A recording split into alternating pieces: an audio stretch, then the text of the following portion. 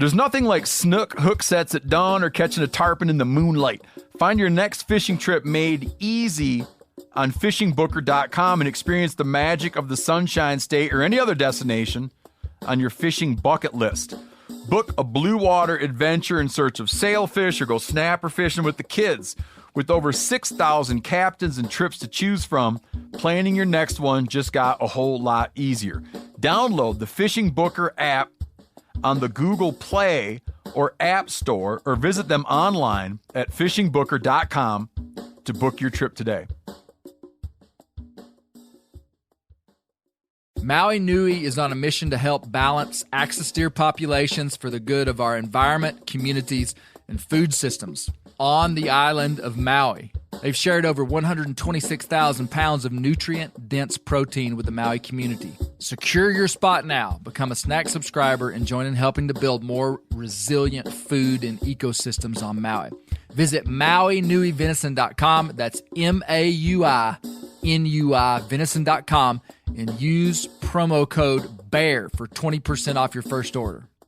I'm sure a lot of you guys remember the old ceremonial hunting tradition of eating the heart out of the first animal you kill. Meat from those organs are among the most nutrient-rich foods on the planet. You can get those same benefits your ancestors craved via convenient daily capsules from Heart and Soil. Find out more at heartandsoil.co. And remember, use code MeatEater for 10% off your purchase.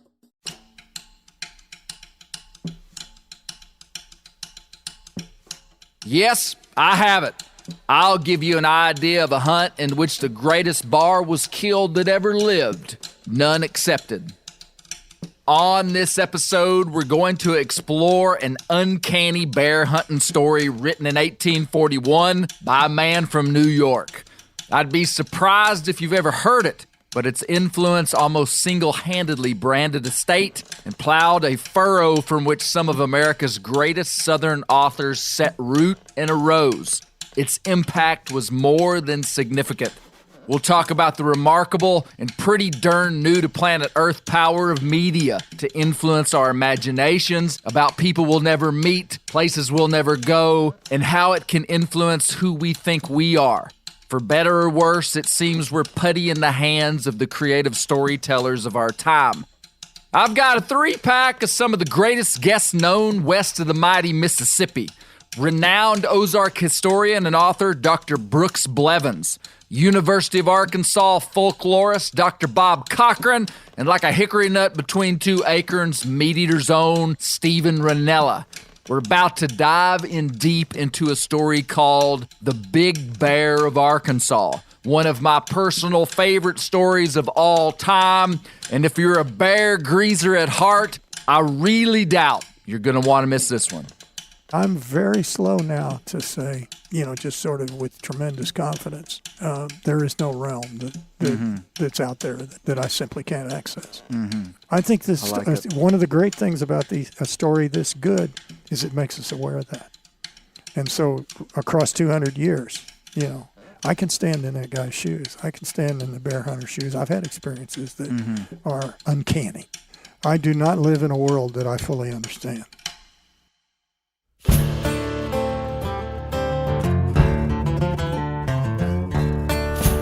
My name is Clay Newcomb, and this is the Bear Grease Podcast, where we'll explore things forgotten but relevant, search for insight in unlikely places, and where we'll tell the story of Americans who live their lives close to the land.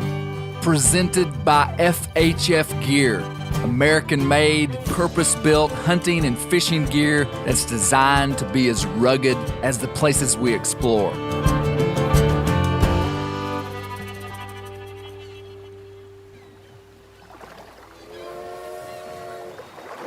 A steamboat on the Mississippi frequently and making her regular trips carries between places varying from 1 to 2,000 miles apart.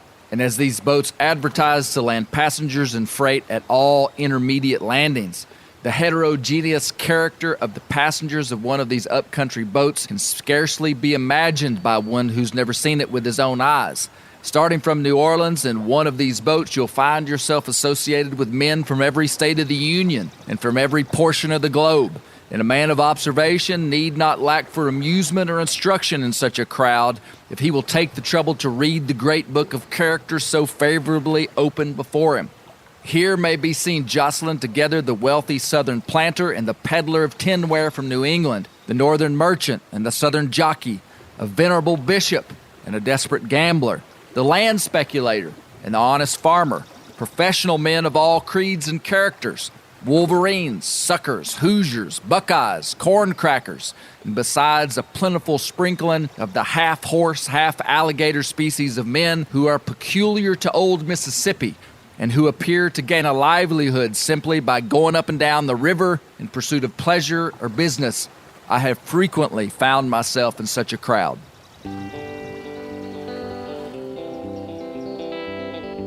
In the beginning of our story, the listener finds himself on a Mississippi riverboat headed north out of New Orleans. This wasn't America's first riverboat tale, but it was close, and the cultural atmospherics were beyond interesting to people in the East, hungry for tales of frontier life. The regions west of the Mississippi were mysterious and in some ways a blank slate to Americans. But nothing on this planet can sit long without being labeled. Like a cocklebur to cotton breeches, identity has barbs and attaches itself and won't let go. But no one knew how much these early stories would stick.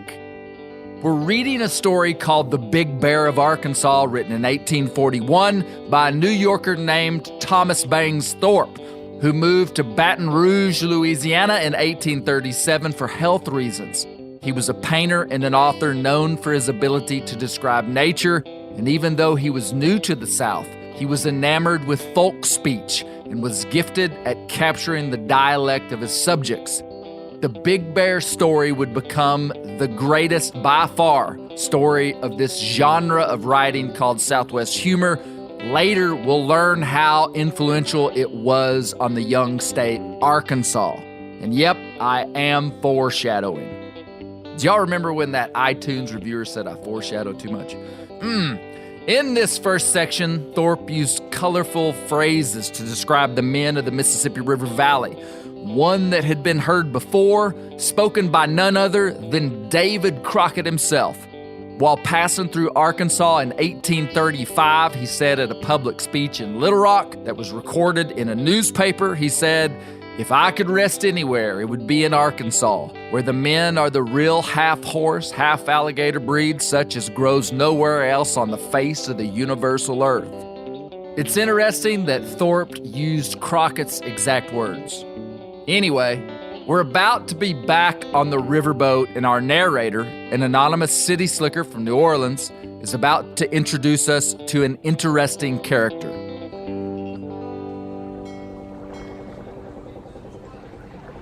While I was thus busily employed in reading, and my companions were more busily still employed in discussing such subjects as suited their humors best, we were startled most unexpectedly by a loud Indian whoop uttered in the social hall, and that part of the cabin fitted off for a bar then was to be heard a loud crowing, which would not have continued to have interested us, such sounds being quite common in that place of spirits, alcohol, had not the hero of these windy accomplishments stuck his head into the cabin and hallooed out, "Hurrah for the Big Bear of Arkansas!" And then might be heard a confused hum of voices. This continued interruption attracted the attention of everyone in the cabin. All conversation dropped, and in the midst of this surprise, the big bar walked into the cabin, took a chair, put his feet up on the stove, looking back over his shoulder, past the general and familiar salute of, "Strangers, how are you?" He then expressed himself at home as much as if he had been in the forks of the cypress, and perhaps a little more so. Some of the company at this familiarity looked a little angry, and some astonished. But in a moment, every face was wreathed in a smile. There was something about the intruder that won the heart on sight. He appeared to be a man enjoying perfect health and contentment. His eyes were as sparkling as diamonds and good-natured to simplicity. Then his perfect confidence in himself was irresistibly droll. The word droll means curious or unusual in a way that provokes dry amusement. I had to look that up. This writing is now over 180 years old, and I find myself lost at times. But by the next sentence, I'm usually understanding again. You might be the same. The author is setting the context for our story. A riverboat is full of strangers from all over the country when a loud, charismatic, and unusually likable man enters the cabin introducing himself as the Big Bar of Arkansas. The author spells the word like he wants us to say it, B-A-R, pronounced like an iron bar with a little more belly in it, bar. Many in the South still say it this way today. Later, we'll learn that our storyteller's given name is Jim Doggett. He goes on to tell a story about killing a 40-pound turkey and how planting corn in Arkansas is dangerous because he once had a sow hog fall asleep on some corn seed and the percussion of it sprouting killed her. He then says, "I don't plant anymore. Nature intended Arkansas for a hunting ground, and I go according to nature." A passenger then asks in disbelief, "Where did all this happen again?" Here's Doggett. "Where did all that happen?" asked a cynical Hoosier. "Happened. It happened in Arkansas. Where else could it have happened? But in the creation state, the finishing up country, a state where the soil runs deep to the center of the earth, and the government gives you a title to every inch of it. Then its heirs, just breathe them, and they'll make you snort like a horse. It's a state without fault, it is." Doggett, the Big Bar, describes Arkansas, which he spells with a W at the end, as a state without fault, the creation state, the finishing up country. Its meaning is a complete mystery, but it's clear he knows something we don't. The descriptor is clearly spiritual, almost as if God created Arkansas first and the rest of the world resulted from its wake. Americans on the frontier were heavily influenced by Native Americans, and this was particularly strong in the Mississippi River Delta region of eastern Arkansas, where the fictional character Doggett lived. Many tribes had site-specific religions and believed their homelands to be the center of the world. I'm speculating, but Doggett's doctrine doesn't mesh with Western religious doctrine. Arkansas became a state in 1836, just 5 years prior to this writing. Some of the first reporting of the Arkansas Territory going back to America was in the 1820s from a dadgum New York Yankee, and I'm not talking about a baseball player, but a real Yankee named Henry Rose Schoolcraft, who despised the people he met here and spoke extremely critical of their backwards, grubby, crude frontier lives. To this day, Schoolcraft's demeaning accounts still sting a little. It's interesting that Thorpe chose for his fictional character Doggett to be so certain that this Arkansas, spelled with a W, was a place without fault. We're going to learn that they were actually making fun of us, and this could easily be traced to a trend in the 20th century. And I'm saying us because I'll have you know that my great-great-great-great-grandfather, Thomas James Newcomb, came to Arkansas via Kentucky in the early 1830s. So this whole thing is close to home for me. Back to our story. The New Orleans traveler has now heard the Big Bar mention bears. So he asks if he hunts them, and Doggett quickly brings up his two favorite things, his gun and his dog. "The way I hunt them, the old black rascals know the crack of my gun as well as they know a pig squealing. They grow thin in our parts. It frightens them so, and they do take the noise dreadfully, poor things. That gun of mine is an epidemic among bar. If not watched closely, it will go off as quick on a warm scent as my dog Bowie knife will. And then that dog, woo! Why, the fella thinks that the world is full of bear, he finds them so easy. It's lucky he don't talk as well as think, for with his natural modesty, if he should suddenly learn how much he is acknowledged to be ahead of all other dogs in the universe, he would be astonished to death in 2 minutes. Strangers, that dog knows a bar's way as well as a horse jockey knows a woman's. He always barks at the right time, bites at the exact place, and whips without getting a scratch. I never could tell whether he was made expressly to hunt bar or whether a bar was made expressly for him to hunt." I hope you're beginning to hear the colorful way Doggett speaks. What made this story so famous was the brilliant dialect capture by Thorpe. Doggett's dog, Bowie Knife, was so good it isn't clear whether he was made to hunt bear or the bear was made for him to hunt.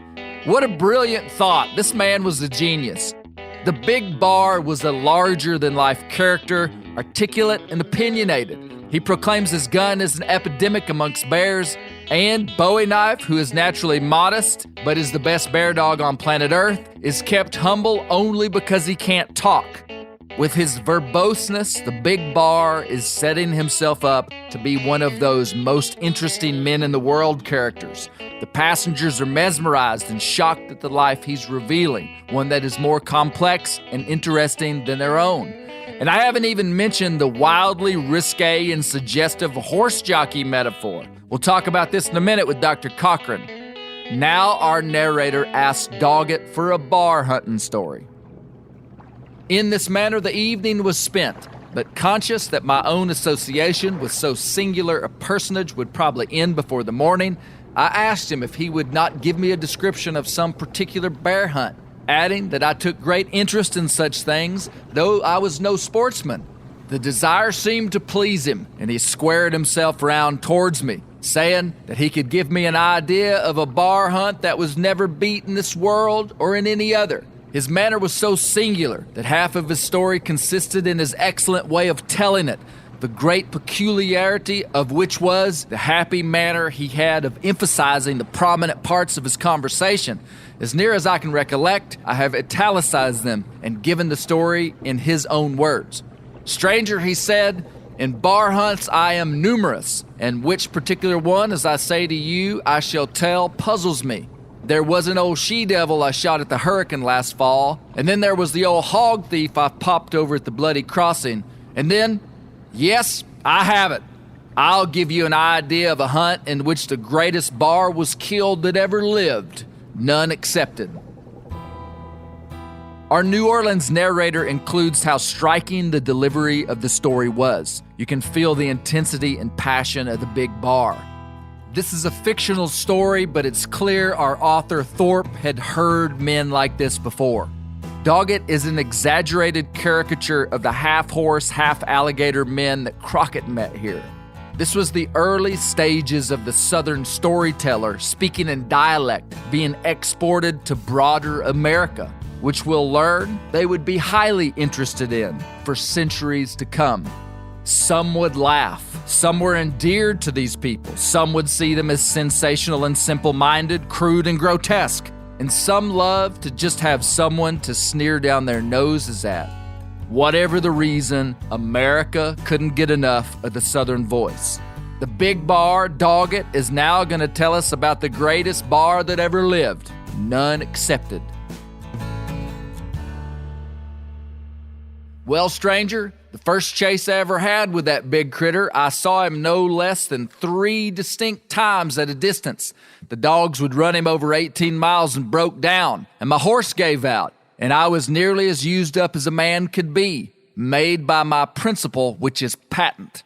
Before this adventure, such things were unknown to me to be possible, but strange as it was, that bear got me used to it before I was done with him, for he got so at last that he would leave me on a long chase quite easily. How he did it, I never could understand. That a bar runs at all is puzzling, but how this one could tire down and bust up a pack of hounds and a horse that were used to overhauling everything they started after no time was past my understanding. Well, stranger, that bar finally got so sassy that he used to help himself to a hog off my premises whenever he wanted. The buzzards followed after what he left, and so between that bar and the buzzard, I rather think I was out of pork. Doggett, like any good storyteller, is setting us up with the backstory of his hunt for a bear that we'll learn is unhuntable. Things had gotten personal as this sassy bear was stealing pigs and could mysteriously outrun his hounds and horse. Horses and hunting dogs are a big thing down here, and his desire to kill this bear starts to affect his health. And agar is slang for the ague, which is like malaria. Well, missing that bar so often took hold of my vitals, and I was wasted away. The thing had been carried too far, and it reduced me in flesh faster than an agger, and I would see that bar in everything I did. He hunted me, and that too, like a devil, which I began to think he was. While in this fix, I made preparations to give him a last brush and to be done with it. Having completed everything to my satisfaction, I started at sunrise, and to my great joy, I discovered from the way the dogs ran that they were near him. Finding his trail was nothing, for that had become as plain to the pack as a turnpike road. On we went, and coming to an open country, what should I see but the bar very leisurely ascending a hill, and the dogs close at his heels. Either a match for him this time in speed, or else he did not care to get out of their way. I do not know which. But wasn't he a beauty, though? I loved him like a brother. In my opinion, this is one of the greatest moments in American literature. Doggett sees the bear with bay and hounds surrounding him.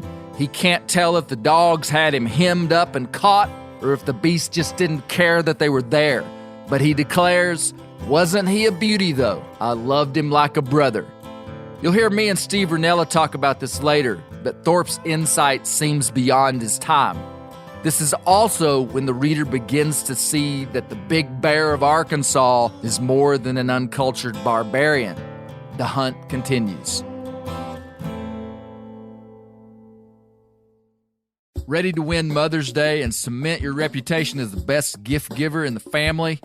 Give the moms in your life an Aura digital picture frame preloaded with decades of family photos. She'll love looking back on these memories and seeing what you're up to today.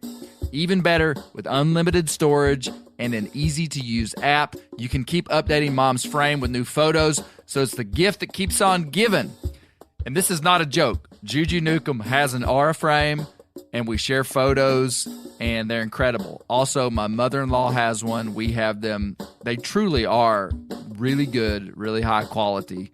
The Aura frame is easy to set up. It takes just 2 minutes to set up a frame using the Aura app. It also adjusts the display depending on light levels in the room to maintain the true color of your photos. For real, the digital screen is amazing. Right now, Aura has a great deal for Mother's Day. Listeners can save on the perfect gift by visiting auraframes.com to get $30 off plus free shipping on their best-selling frame when you use code BEAR, B-E-A-R, BEAR. That's auraframes.com. Use code BEAR at checkout to save. Terms and conditions apply. Sport Dog is the most recognized brand in the hunting dog training industry. Born in 2003 in Knoxville, Tennessee, Sport Dog was forged by a passionate group of hunters and dog trainers who intimately understood the challenges of the field and the special connection between hunters and their dogs. The people at Sport Dog know that having a well-trained hunting dog is more than just having a reliable partner. It's a commitment to their safety and unlocking their full potential. The Sport Dog promise to customers is simple: gear the way you design it. Every product Sport Dog builds is meticulously designed and rigorously tested in the field, ensuring it withstands the toughest conditions you and your dog may encounter. Trust Sport Dog, where innovation meets passion, to elevate your hunting experience and strengthen the bond with your local companion. Using tracking equipment on my squirrel and coon dogs is extremely important to me to track my squirrel dogs and my one old coon dog that's not very good. Get 20% off your first purchase using the code BEARGREASE. Go to www.sportdog.com/beargrease to learn more. I've had a Helix Sleep mattress for over 2 years, and it is for sure the nicest mattress that I've ever slept on. I've slept much better in the last 2 years, been more comfortable than I have for my whole life, and that's true. The Helix lineup offers 20 unique mattresses, including the award-winning Luxe Collection, the newly released Helix Elite Collection, a mattress designed for big and tall sleepers, and even a mattress made just for kids. Take the Helix Sleep Quiz and find your perfect mattress in under 2 minutes, and your personalized mattress is shipped straight to your door free of charge.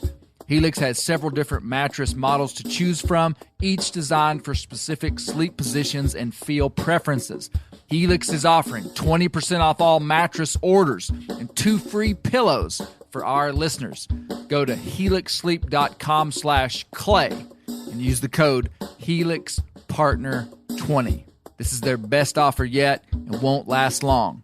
With Helix, better sleep starts now. On he went until he came to a tree, the limbs of which formed a crotch about 6 feet from the ground. In the crotch he got and seated himself, and the dogs were yelling all around it. And there he sat, eyeing them as quiet as a pond in low water. A greenhorn friend of mine in company reached shooting distance before me and blazed away, hitting the critter in the center of the forehead. The bar shook his head as the ball struck it and then walked down from that tree as gently as a lady would from a carriage. 'Twas a beautiful sight to see him do that. He was in such a rage that he seemed to be as little afraid of the dogs as if they had been suckling pigs, and the dogs weren't slow in making a ring around him at a respectful distance. I tell you, even Bowie Knife himself stood off. Then the way his eyes flashed, why the fire of them would have singed a cat's hair. In fact, that bar was in a wrath all over. Only one pup came near him, and he was brushed out so to tally with the bear's left paw that he entirely disappeared, and that made the old dogs even more cautious still. In the meantime, I came up and, taking deliberate aim as a man should do, at his side, just at the back of the foreleg. If my gun did not snap, call me a coward, and I won't take it personal. Yes, stranger, it snapped, and I could not find a cap about my person. His eyes flashed with such fire it would have scorched a cat, and we now see that this is no ordinary bear. He swatted a dog, and it vanished. And this veteran hunter's muzzleloader popped a cap, meaning it didn't fire. But now he's beginning to plan for his final hunt, and if he doesn't kill it, he's leaving Arkansas, or maybe he'll be dead. It's unclear.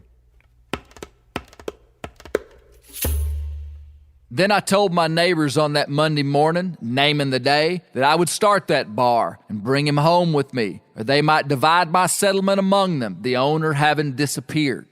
Well, stranger, on that morning, previous to the great day of my hunting expedition, I went into the woods near my house, taking my gun and Bowie knife along, just from habit, and there sitting down, also from habit, what should I see getting over my fence but the bar? Yes, the old varmint was within 100 yards of me, and the way he walked over that fence. Stranger, he loomed up like a black mist, and he seemed so large he walked right towards me. I raised myself, took deliberate aim, and fired. Instantly, the varmint wheeled and gave yell, and walked through the fence like a fallen tree would through a cobweb. I started after, but was tripped up by my inexpressibles, which either from habit or the excitement of the moment were about my heels. And before I had really gathered myself up, I heard the old varmint groaning in a thicket nearby like 1,000 sinners. And by the time I reached him, he was a corpse. Stranger, it took 5 men and myself to put that carcass on a mule's back. And old Long Ears waddled under his load. And if he was foundered in every leg of his body, and with a common whopper of a bar, he would have trotted off and enjoyed himself. 'Twouldn't astonish you to know how big he was. I made a bedspread of his skin, and the way it used to cover my bar mattress and leave several feet on each side to tuck up would have delighted you. It was, in fact, a creation bar, and if it had lived in Samson's time, and if it had met him in a fair fight, it would have licked him in the twinkling of a dice box.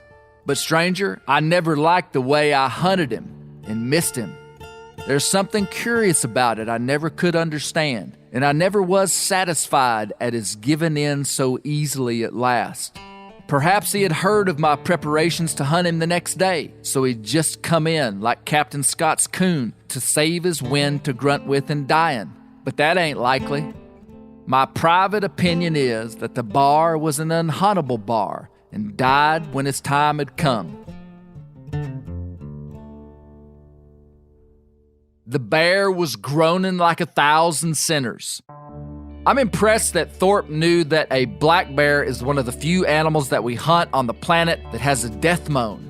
A double lung-shot bear, one that dies quickly, will often give a loud, sometimes spooky, elongated groan that can be heard at great distance. I'm talking like a couple hundred yards. It usually lasts longer than you think it should, and it's a sure sign of the bear's death. For a bear hunter, it's a bewildering moment of internal conflict as the excitement of certain success wars with the sobriety delivered by the beast's grandstanding auditory expression of death. Both feelings are usually of equal measure. Doggett also suggests that the bear heard his plans for his hunt and basically turned himself in. This sounds like a sensational thought, but in the book Make Prayers to the Raven by Richard K. Nelson, we learn that the Koyukon people of Alaska believed the black bear was near the apex of spiritual power in the natural world. They believed that when a person plans a bear hunt, they should be careful not to speak directly about their hunt plans because the bear will hear them and avoid being killed. A hunter must speak in code, using vague terms if he wishes to invite others or discuss hunting plans. And Doggett suggests that this creation bear may have heard him. The death of a hunted bear is regarded with such ceremony with the Koyukon that it's second only to a human funeral. They regarded bear meat as a delicacy, but killing one was a, quote, quest for prestige and a high expression of manhood. This is similar to what bear hunting became in the South. And I hope you caught it, but Doggett says that the bear was a creation bar, which is the same descriptor he used to describe Arkansas, the creation state. This is a spiritual place and beast. No one I've talked to really knows exactly what he meant. It's mysterious. But the climax of the story is that Doggett says the bar was an unhuntable bar that died when his time had come, almost as if his death had been scripted and the hunter had nothing to do with it. The story is now handed back to our New Orleans traveler, and he describes the peculiar response of the big bar. When the story was ended, our hero sat some minutes with his auditors in grave silence. I saw there was a mystery to him connected with the bear whose death he had just related and had evidently made a strong impression on his mind. It was also evident that there was some superstitious awe connected with the affair, a feeling common with all children of the wood when they meet with anything out of their everyday experience. He was the first one, however, to break the silence, and jumping up, he asked all present to liquor before going to bed, a thing which he did with a number of his companions, evidently to his heart's content. Long before day, I was put ashore at my place of destination, and I can only follow with the reader in imagination our Arkansas friend and his adventures at the forks of the Cypress on the Mississippi. There was some superstitious awe connected with the bear. Doggett was moved by his own story, and he left a major impression on the fictional people. But the story left an impression on the real people of America and the writers who would script some parts of our American identity. We didn't read the full story, probably only about half of it, but now you know the premise. I've known for a good part of my life that Arkansas was once known as the Bear State. I discovered this while in college studying the thesis writing of University of Arkansas students and faculty, but deep in the literature, this golden acorn lay there for the taking.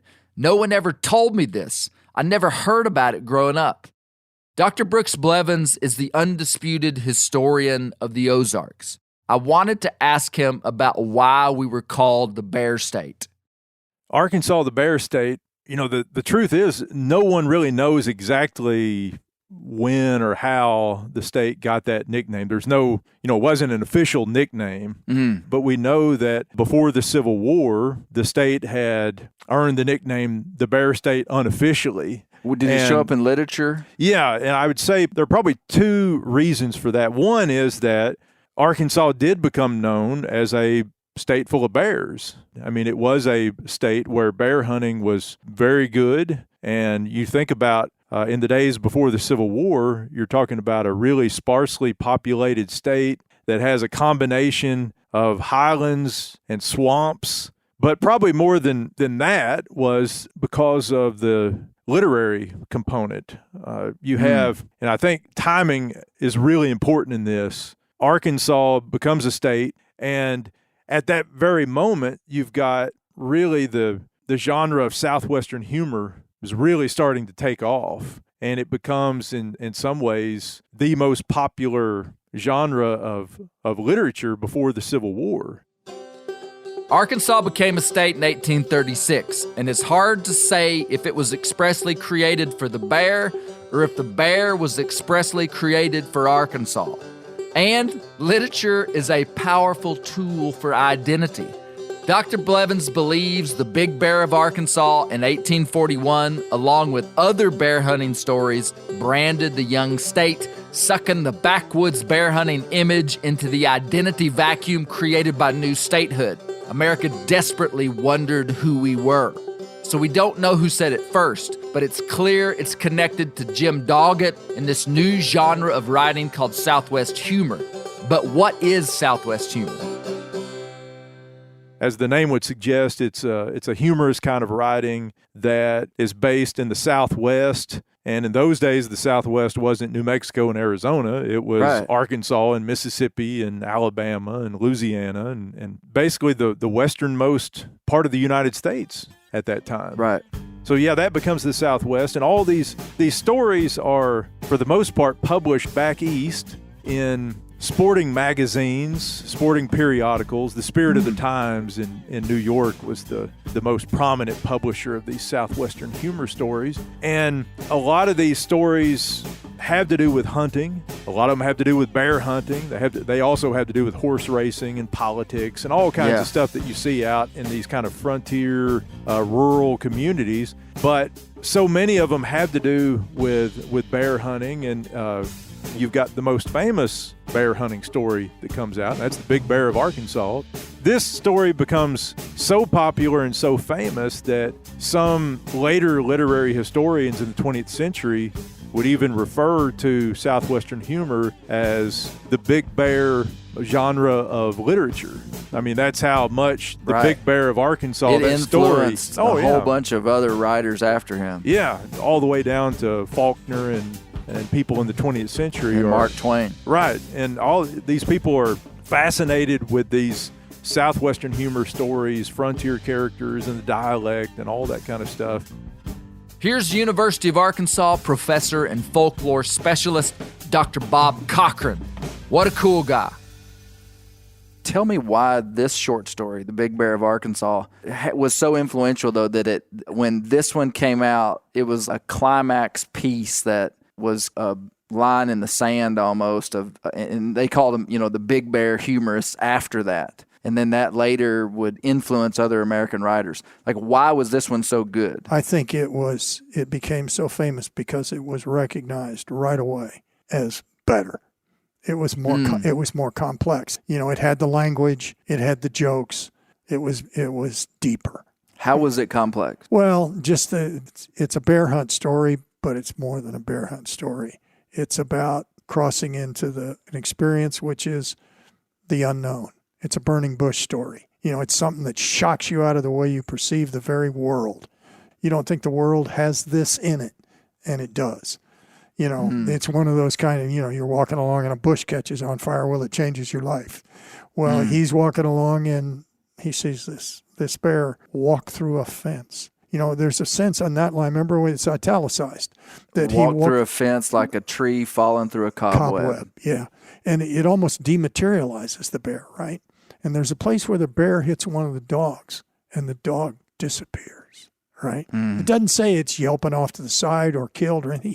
He uses that word. He said the dog, it's not there. He atomizes the dog, So in other words, I think it's a complex story because it takes you into the unknown.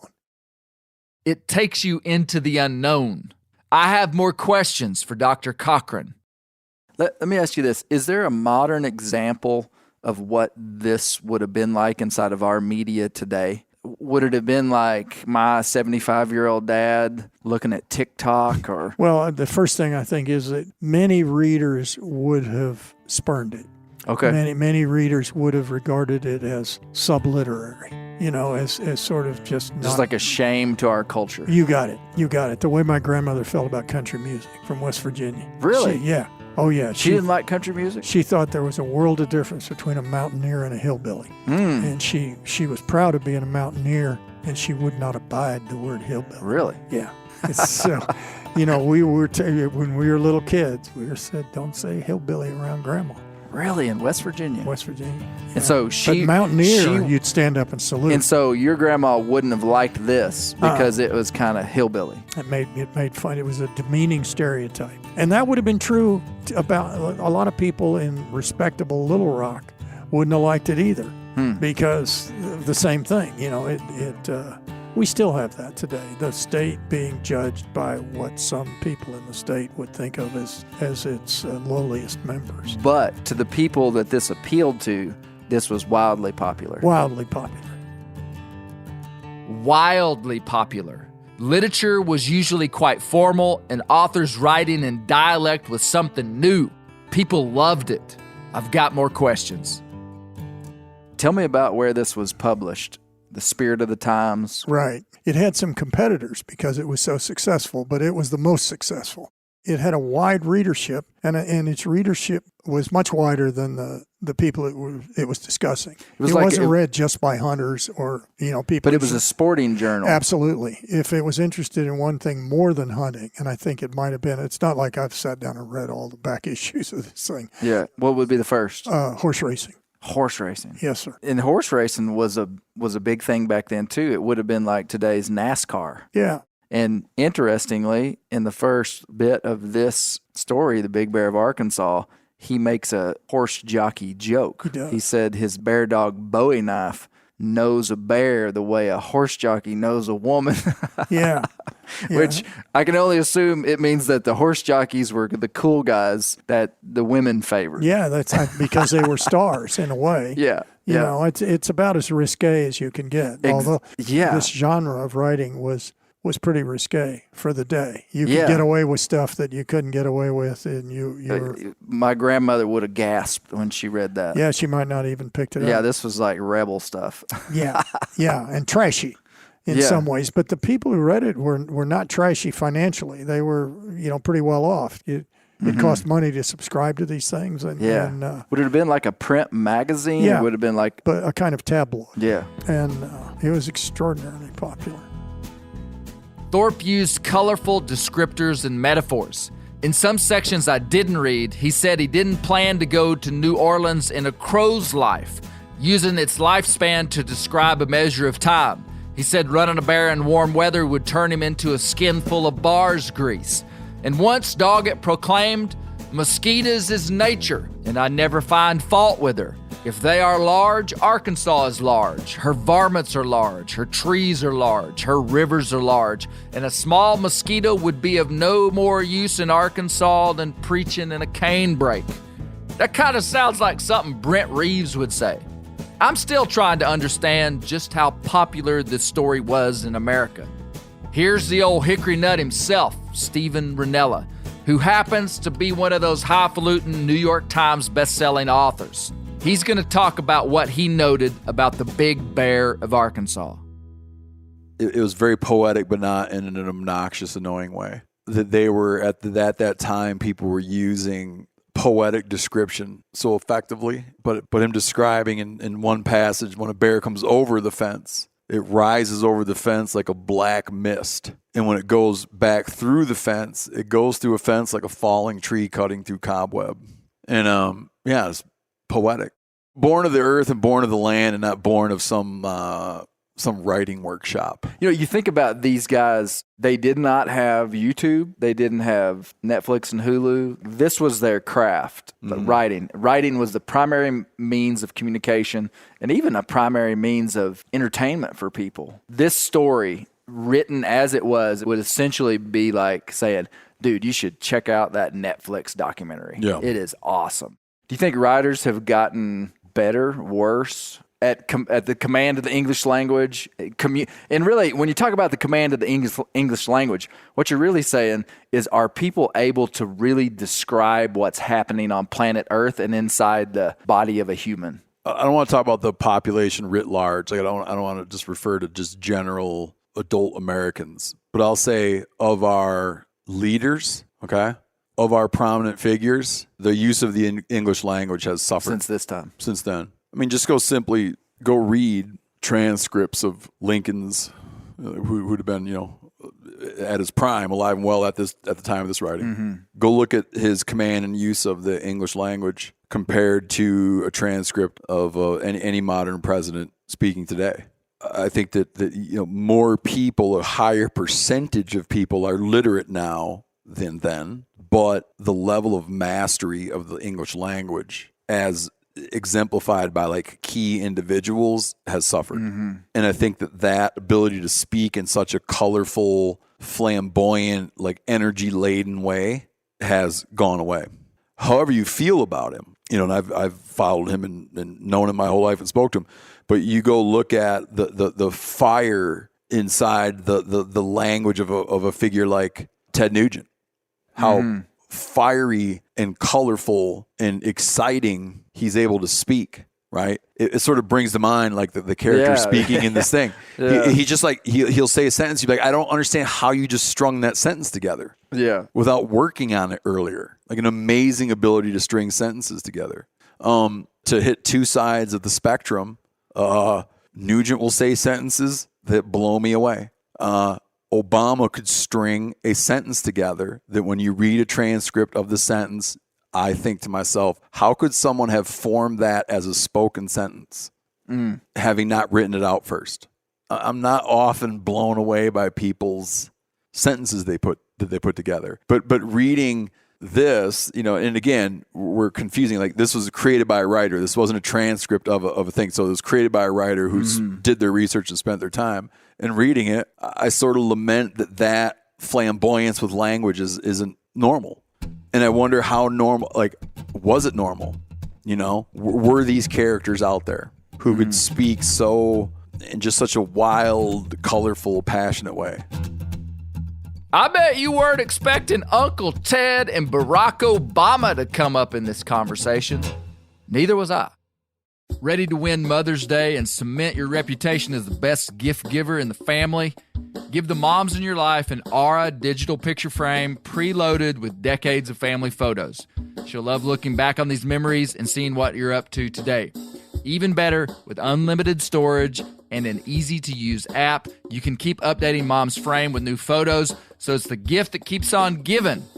And this is not a joke. Juju Newcomb has an Aura frame, and we share photos, and they're incredible. Also, my mother-in-law has one. We have them. They truly are really good, really high quality. The Aura frame is easy to set up. It takes just 2 minutes to set up a frame using the Aura app. It also adjusts the display depending on light levels in the room to maintain the true color of your photos. For real, the digital screen is amazing. Right now, Aura has a great deal for Mother's Day. Listeners can save on the perfect gift by visiting auraframes.com to get $30 off plus free shipping on their best-selling frame when you use code BEAR, B-E-A-R, BEAR. That's auraframes.com. Use code BEAR at checkout to save. Terms and conditions apply. Sport Dog is the most recognized brand in the hunting dog training industry. Born in 2003 in Knoxville, Tennessee, Sport Dog was forged by a passionate group of hunters and dog trainers who intimately understood the challenges of the field and the special connection between hunters and their dogs. The people at Sport Dog know that having a well-trained hunting dog is more than just having a reliable partner. It's a commitment to their safety and unlocking their full potential. The Sport Dog promise to customers is simple: gear the way you design it. Every product Sport Dog builds is meticulously designed and rigorously tested in the field, ensuring it withstands the toughest conditions you and your dog may encounter.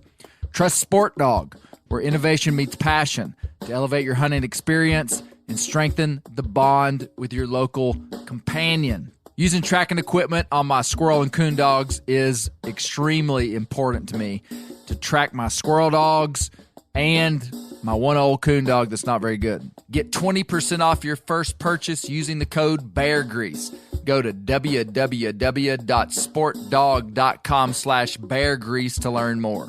The old-timers say that the turkeys start gobbling when the leaves are as big as squirrels' ears and the red buds start popping. And we're about there, and we are there in the South. The onX Hunt app is one of my most valuable tools in the spring woods. With tools like coniferous versus deciduous tree distribution layer, you can save time by locating edges or transition areas of mixing habitats from home. Find an area like this with water in close proximity, and more than likely, there will be a gobbling turkey nearby. Knowing the exact boundaries of private ground ensures I stay on the right side of the fence, but can easily find public ground to go see if I can't strike a gobbler. If you do get one to sound off, using compass mode and waypoints will help you pinpoint his exact location, allowing you to move in and make the perfect setup to bring him right into your lap. Download the onX Hunt app today. You'll be glad you did. onX has a special offer for you. Use code BEARGREASE to receive 20% off your membership at onxmaps.com/hunt this spring. Here's Dr. Cochran continuing to describe how influential this big bear of Arkansas story was. There was one volume in his life that was published that had nothing but his stuff in it.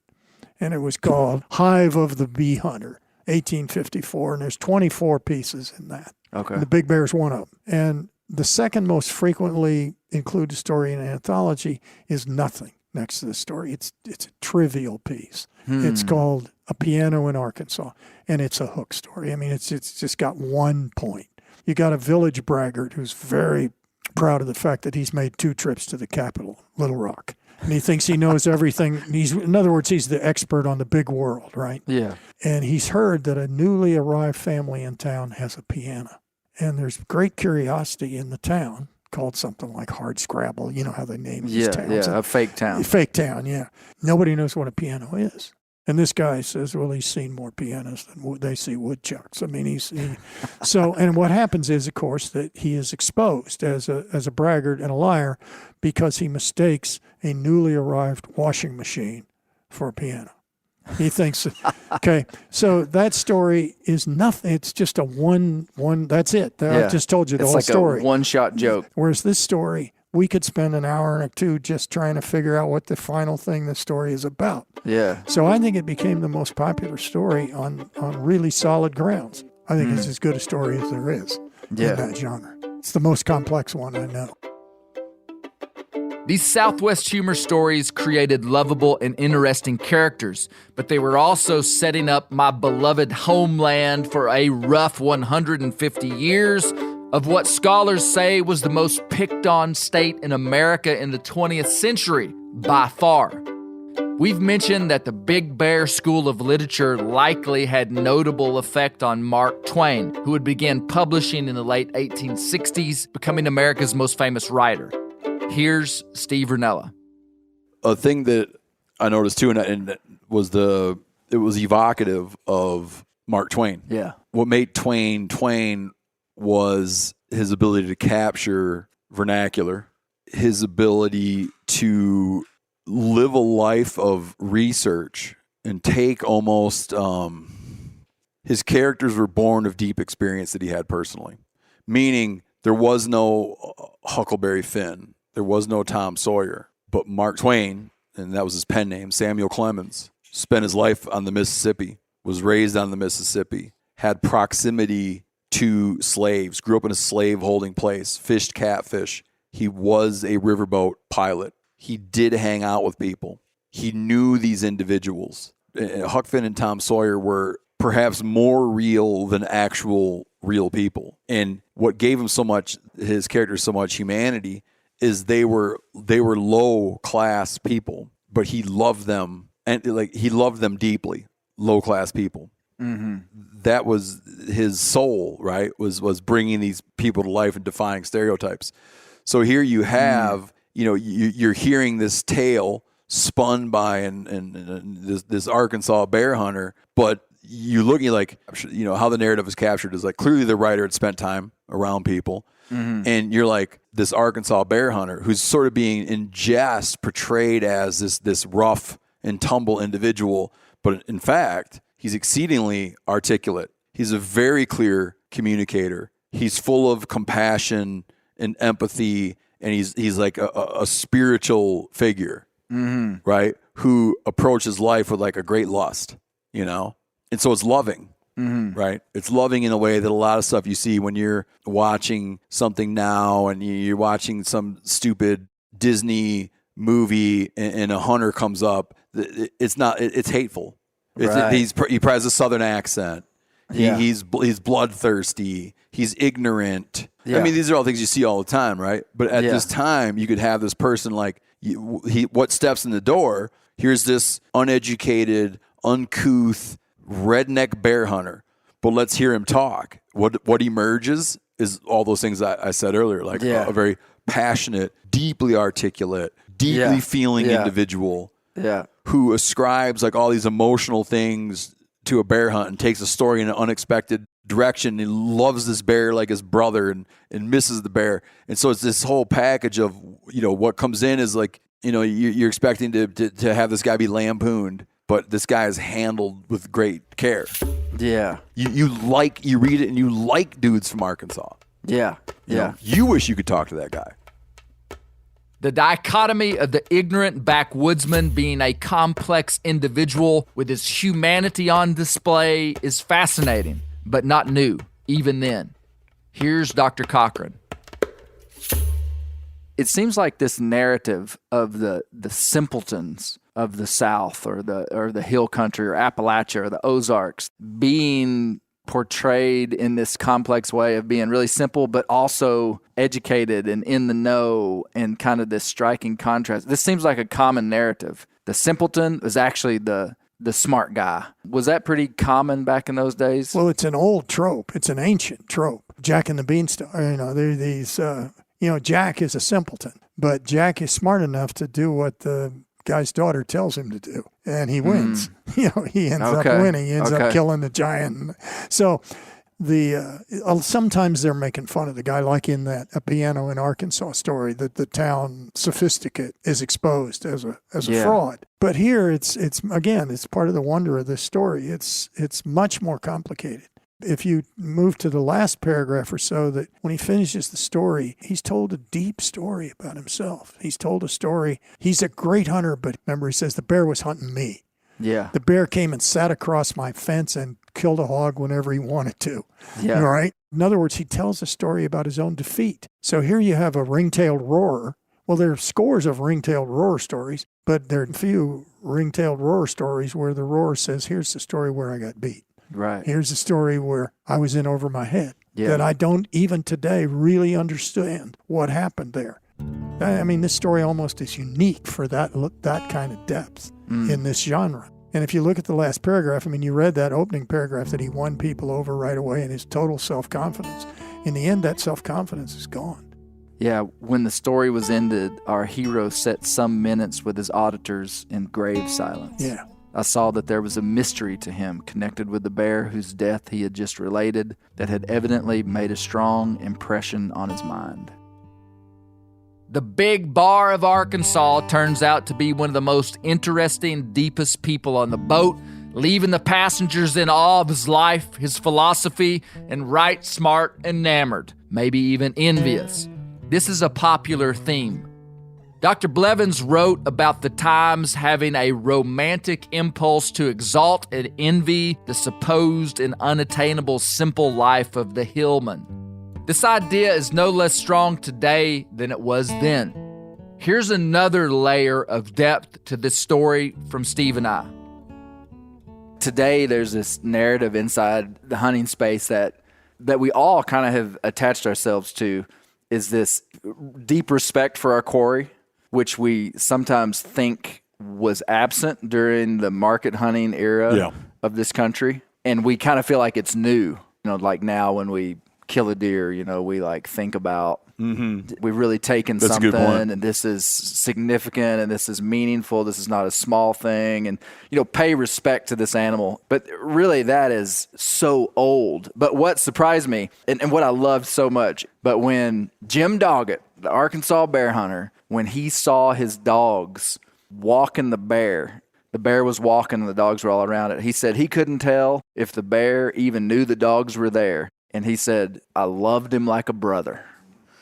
Yeah. I mean, If somebody said that today, that would seem like cutting edge. Yeah. Be like, wow. Man, 1841, Thomas Bangthorpe's fictional character Jim Doggett, Arkansas bear hunter, loved him like a brother. Yeah. And I think inside of that, it emerged a functionalization of that love, which turned into the North American Model of Wildlife Conservation. Mm-hmm. Really, what we're doing managing wildlife in this country goes back to Jim Doggett loving that bear like a brother. Yeah. And now his lamenting its passing. Yeah, and then when the bear dies, he said the bear hunter became extremely melancholy and sad. And he said he missed the bear. And you wouldn't have thought that would have come out of the 1840s. Yeah, that would have been a sentiment. I think that's one of the greatest lines in American literature, especially as it pertains to the lasting ethic of the American sportsman that has functionalized that love of a beast into saving wild places and wildlife. Lordy, lordy, my brothers, we have walked into a bird nest on the ground as we live in one of the greatest heydays of American wildlife, wild places, and access to hunting. I believe that's why these stories of our heritage, our identity as Americans are so powerful. In the midst of a rapidly progressing society, seemingly trying to forget the backwoodsman, we cannot forget who we are. Society needs to continue to create space for hunters to manage the lion's share of wild places and wildlife. We've got a long track record of success, and if we do, there will be space and wildlife for all the stakeholders to partake in whatever means they like.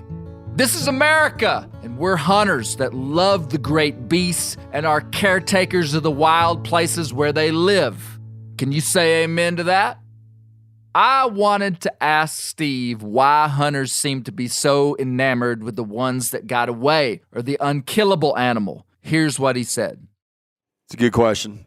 You could go super deep psychology and have it be that you're establishing that in the end, the animal can prevail and that what you're doing is exceptionally difficult. And you might see that someone that had come from a line of resource destruction, market hunters, whoever, where you're literally wiping species off the area's map, that you would have a mythology of the ones that can't be got as a way to alleviate some of the guilt or blame. Or it could be just that it creates that it's like an act of reverence. Here's a story from Steve's past about a mythical, uncatchable fish. On the lake that I grew up on, we used to have a guy, I don't know what happened to this guy. This guy, his name was Mr. Plang, and he introduced us all to this thing called speed trolling, okay? So basically, he would troll northerns by very fast trolling of northerns. He was the first guy I ever knew that had a fish finder back when it was a piece of graph paper and a pencil. So when you got into fishing, you'd have a paper roll, and you would unroll 3-4 feet of graph paper, and it'd show, you could carry around your day of fishing on a piece of graph paper. And he put it in everyone's mind, including mine, that in this small 66-acre lake that I grew up on, which is about 22 feet in its deepest spot, that there was a 5-foot northern pike in there. I carried that around with me. Why can't you catch it? How come no one will catch it? We used to talk about, like, our dream would be to drain the lake and find that thing. So it appeals to people. Yeah, I think deep inside of it, it makes you want to go. When I think about the stories of the deer, the bear that I didn't kill, it makes me want to go back out there again. And ultimately, the predator has to be rooting for the prey, because the prey is what keeps the predator alive. So we're hunters, but we deeply want, like Jim Doggett, we deeply want our prey to beat us. Hidden deep in the DNA of the predator are checks and balances offering general assurance that their prey will persist. As enlightened beasts ourselves, we can articulate that sentiment into our stories. If wolves could talk, perhaps they'd revere the uncatchable caribou or moose. Dr. Cochran asked me if I was familiar with the writer Barry Lopez. Here's what he had to say about the author. Yeah, he won a National Book Award for a book called Arctic Dreams. Yes. But the book I know well, because I just taught it, is a book of his called Of Wolves and Men. You know, what he did was sit out there and watch prey-predator interactions a lot. And most of the time he observed nothing happens, and he's talking about wolves for the most part. And so he would see a wolf pack and they would find some caribou. And most of the time they look at each other. And so there's a phrase he came up with he called it the conversation of death. That fits perfectly with this story at the end where he says, I think he was a unhuntable bear. He died when his time had come. Mm-hmm. And the hunter has a sense that he's the hunted. And that passage that we were focusing in on where it's clear that the bear on a previous chase had easily tired out his horse and his dogs, right? And this day he says, or he did not care to get out of their way the next day. He could have left them like he did before. Mm-hmm. So Lopez's notion of the conversation of death, that the bear is choosing, the bear is in charge. And one of the things that's always strange to me about this story, and you could see it as a clumsy moment in the story. There's an island in a lake that appears very conveniently in this story. Yeah. So are we supposed to, at this point... So in the story, his dogs chase what he believes to be the bear, cross a lake onto an island. Right. He gets out there, kills the bear, and it's not the big bear. Chosen bear. Right. So on that point, has he mistaken earlier, or is the bear also, among many other sort of almost magical things, a shapeshifter? He all of a sudden he becomes an old she-bear of pathetic size. Remember, the people in town make fun of him for it. Mm. So, and the dog just disappears, and he seems to walk through a fence, as if he were not a substantial being, that he was made out of mist or something. Mm. So there's all this, the word for this that scholars would use for the Washington Irving stories like Rip Van Winkle or The Legend of Sleepy Hollow would be the stories about the uncanny. Mm. And literally uncanny just means you can't know it. You can't know it. Here's one of the most mysterious descriptors used by Doggett to describe the bear and Arkansas both. He used that term as a descriptor, creation. He called Arkansas the creation state and this bear the creation bear, which, creation has this idea of like coming first. Yeah. But it also has this idea of not connected to something in this realm. To create something means that it almost like it came from nothing. Yeah. And creation bear, when you read it, you get a sense that, this is like a special bear, a bear of a different lineage than the average bear. And that felt like what he was saying about Arkansas. Creation bear and creation state? What do you think Doggett meant? I've got one final question for Dr. Cochran about what mysteries remain in modern times. Are there any mysteries left? To put this story in context, in 1841, the knowledge base of the general populace or the elitely educated populace would have been vastly different than the knowledge we have today. I'm talking about science and technology, everything. It seems like the audience would have been more susceptible to this idea of spirituality or a different realm or these mysteries that can't be explained. In some way, my question to you is, it feels like we're still, even though we have all this technology, knowledge, answers about the natural world, that people still are asking some of these questions just about what reality is in a way. Makes great sense to me. All those people a couple hundred years ago, they were credulous about this kind of thing. They would believe in. And you're right. You're absolutely right. I don't believe in those. And, I don't believe in ghosts, and I've never seen a ghost. But I'm very slow now to say, just sort of with tremendous confidence, there is no realm that's out there that I simply can't access. Mm-hmm. I think one of the great things about a story this good is it makes us aware of that. And so across 200 years, I can stand in that guy's shoes. I can stand in the bear hunter's shoes. I've had experiences that are uncanny. I do not live in a world that I fully understand. That's the easiest statement I've ever made. Yeah. I like it. I don't think of myself as in any way have any kind of psychic powers or, I'm a stone compared to some of the people I know. But I think all of us have had at least some experiences where you think, wow. the trend of the age, just with everything, but primarily having to do with technology and just general knowledge of what we believe we know about the earth, the physical nature of the earth, humans. It's like we feel like all the questions about us are answered.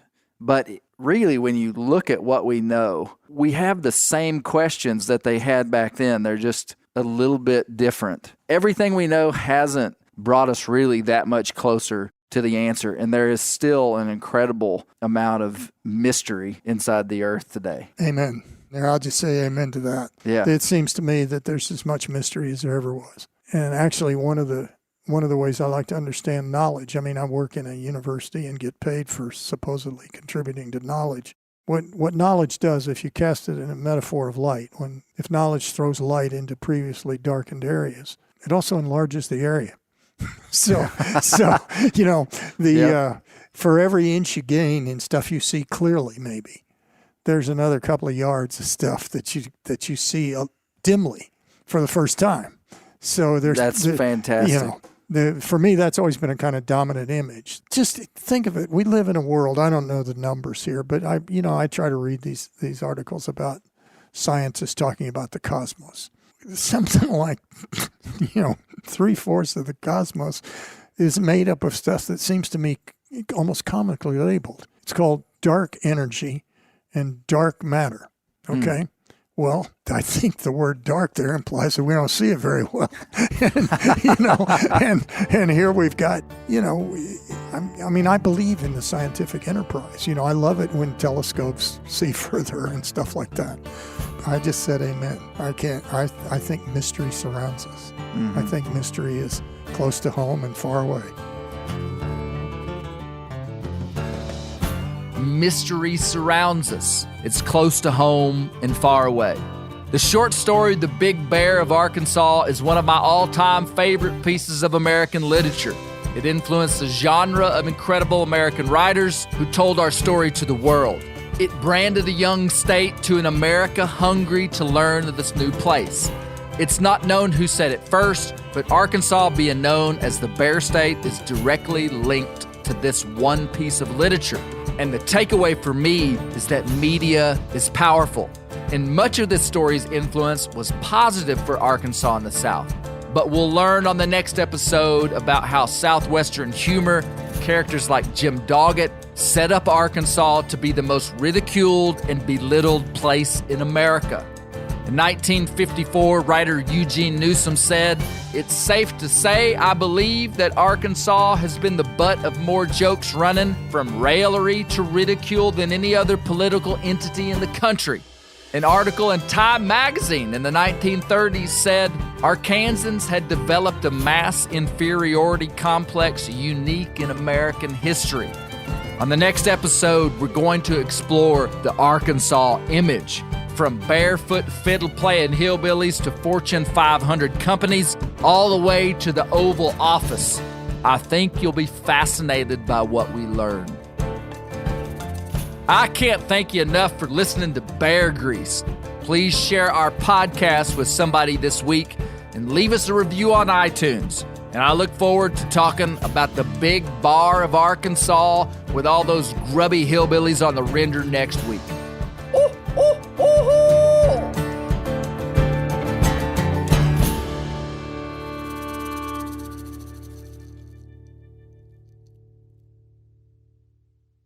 I'm sure a lot of you guys remember the old ceremonial hunting tradition of eating the heart out of the first animal you kill. Meat from those organs are among the most nutrient-rich foods on the planet. You can get those same benefits your ancestors craved via convenient daily capsules from Heart and Soil. Find out more at heartandsoil.co. And remember, use code MeatEater for 10% off your purchase. Outdoor adventure won't wait for engine problems. Things like hard starts, rough performance, and lost fuel economy are often caused by fuel gum and varnish buildup. Seafoam can help your engine run better and last longer. Simply pour a can in your gas tank. Hunters and anglers rely on Seafoam to keep their engines running the way it should the entire season. Pick up a can of Seafoam today at your local auto parts store or visit seafoamworks.com to learn more.